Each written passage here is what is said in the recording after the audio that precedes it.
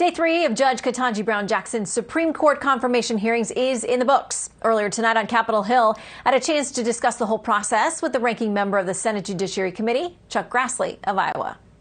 Senator, I want to start by asking you about this dispute over documents. Yeah.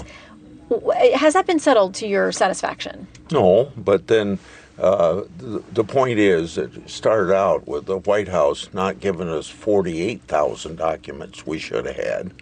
And then last night, there was some documents that the Democrats have that we didn't have. So there was a argument about that, legitimately so. Well, I'm told the information was available to anyone who requested it. The White House. So you had to be clairvoyant and know they had it? No, not clairvoyance. I think it's pretty obvious, Senator. How would you know to request it? You would know it after Senator Hawley launched his attack on the judge. At that point, all of this information became relevant to countering. So I would be expected to say, geez, after Senator Hawley asked questions, I better call the White House and see if they can help me research this? That's No, not that's realistic. not the point. Then all of these things that deal with the Sentencing Commission, we never got any of those documents, and I asked for that 2 weeks ago, but we didn't get the cooperation of the Democrats asking for them as well, or otherwise we could have gotten them. And since the White House has said in choosing her and announcing this nominee, they said that her service on the Sentencing Commission was one of the greatest things that put her in a position to be on the Supreme Court. So you would think if it's so important, it ought to be a part of our review that we get those documents from the Sentencing Commission, but zero. Well, and they are an important part of her background and her view on the law and on criminal law and on sentencing, all of those things. You've been chairman of this committee. Yes. So you know what it's like to herd the cats and try to get everybody through this process. Yeah. How do you feel like it's gone this week? I mean, some of the most contentious stuff hasn't been between senators and the nominee. It's been between senators. Yeah. Well, just compare it to Kavanaugh. I couldn't even get the first word of my opening speech out of my mouth, and everybody wanted to adjourn a hearing. You don't adjourn hearings. You adjourn committee meetings, but not hearings. This is a mockery and a tragedy of justice.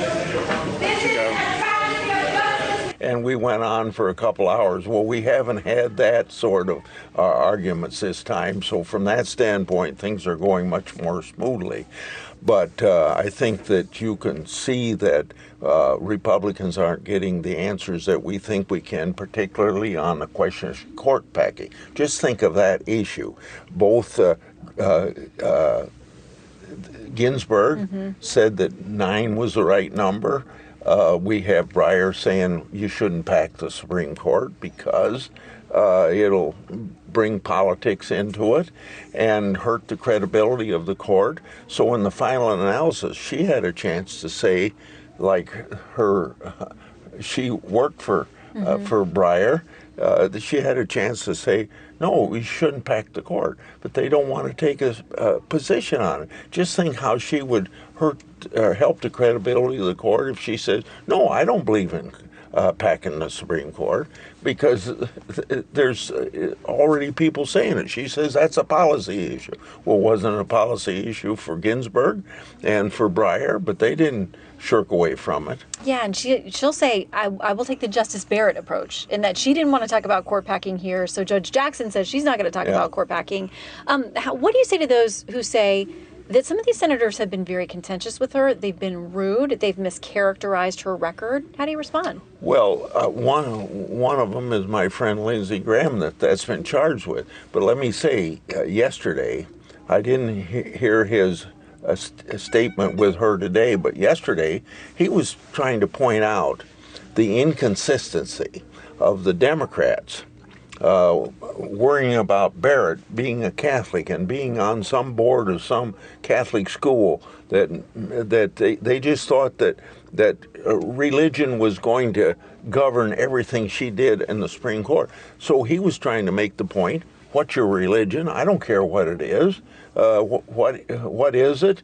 And we aren't going to make that an issue. That's a perfect thing for him to point out, that there's a double standard here on the part of the Democrats on religion. So how many of these have you done? This is the 17th, I think. 17th. All right. So the committee goes another day of hearings. You guys will vote, then it goes to the full Senate vote, and we will watch the entire process and track it. Thank you very much for stopping in, Senator. Yeah, I'm glad to be with you. Thank you. Anytime you want me.